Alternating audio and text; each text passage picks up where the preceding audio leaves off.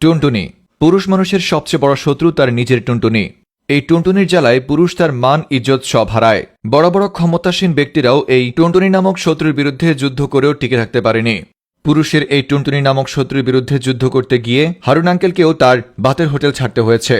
এদিকে এই শত্রুর বিরুদ্ধেই যুদ্ধ করতে প্রতিদিন 3 বেলা আপনার বন্ধু মোবাইল হাতে করে বাথরুমে ঢুকে যায়। অতঃপর বাথরুমে টুনটুনির বিরুদ্ধে যুদ্ধ করে আপনার বন্ধু দুর্বল হয়ে বেরিয়ে পড়ে। পুরুষ তার এই সবচেয়ে বড় শত্রুর প্ররোচনায় পড়ে মাঝে মাঝে চিপা গলিতে গিয়ে গ্রামের মানুষের হাতে কট খেয়ে সেখানেই অনিচ্ছা সত্ত্বেও বিয়ে করতে হয়।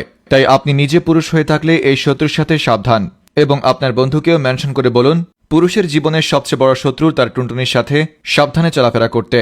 রিপোর্টার, পার্কের চিপায় কট খেয়ে বিয়ে করা এক যুবক, ফ্রম নিউজ ভাইয়া। টুনটুনি শব্দটা শুনতেই আপনার কাছে খুব ছোট মনে হতে পারে, কিন্তু আদত এটা পুরুষদের জন্য সবচেয়ে বড় শত্রু। জন্মের পর থেকে পুরুষদের এই টুনটুনির সাথে যুদ্ধ করতে হয়। ছোটবেলায় প্যান্টের চেইনের মধ্যে আটকে থাকা থেকে শুরু করে আগা কেটে দেওয়া পর্যন্ত সবকিছুই ছিল দুঃস্বপ্নের মতো। আর বাল্যকালের কথা তো বাদই দিলাম। বড় হওয়ার পর জীবনের সবচেয়ে বড় বাধা হয়ে দাঁড়িয়েছে এই শত্রু। আমরা আমাদের প্রধান শত্রু হিসেবে আমাদের পাশে থাকা কোনো শত্রুকে মনে করি, কিন্তু আফসোস আমরা হয়তো এটা ভুলে গেছি যে আমাদের সবচেয়ে বড় শত্রু আমাদের সাথেই থাকে।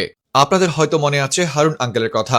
একটা সময় দূর দূরান্তের মানুষ এসে তার ভাতের হোটেলে ভাত খেত, কিন্তু আফসোস জীবন যুদ্ধে তিনিও হেরে গেলেন এই টুনটুনি নামক শত্রুর বিরুদ্ধে যুদ্ধ করতে গিয়ে।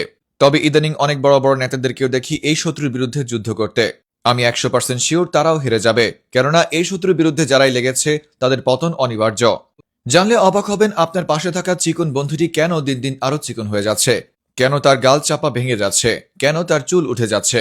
তার কারণ একটাই, কেননা সে প্রতিনিয়ত এই শত্রুর সাথে যুদ্ধ করে যাচ্ছে। দিনে 3 থেকে 4 বেলা যুদ্ধ করে যায় এই শত্রুর সাথে। কখনো বাথরুমে, কখনো কম্বলের নিচে, কিংবা কখনো একলা রুমে। যুদ্ধ করা কখনোই ক্ষান্ত হয় না। প্রাচীন কাল থেকে চলে আসা এই যুদ্ধ এখনো পর্যন্ত পুরুষদের সাথে ওতপ্রোতভাবে জড়িত। আপনি রাজা হন কিংবা মহারাজা, আপনি নবাব হন কিংবা শাহেনশাহ, আপনার কাছে পারমাণবিক বোমা থাকুক কিংবা রকেট বোমা থাকুক, আপনি কখনোই এই শত্রুর সাথে টিকে উঠতে পারবেন না।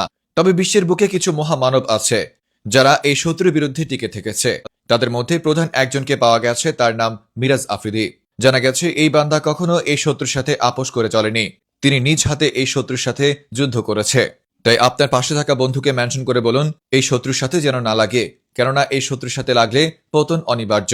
পৃথিবীর বহু পুরুষ এই শত্রুর প্ররোচনায় পড়ে পার্কে গিয়েছে, রেস্তোরাঁয় গিয়েছে, কিংবা নির্জন জায়গায় গিয়েছে। সেখানে গিয়ে তারা কট খেয়ে তাদের থেকে বয়সে বড় কিংবা 3-4 বাচ্চার মাকেও অনিচ্ছা সত্ত্বে বিয়ে করতে হয়েছে। তাই এই শত্রুর সাথে সাবধান। রিপোর্টার, পার্কের চিপায় কট খেয়ে বিয়ে করা এক যুবক, ফ্রম নিউজ ভাইয়া।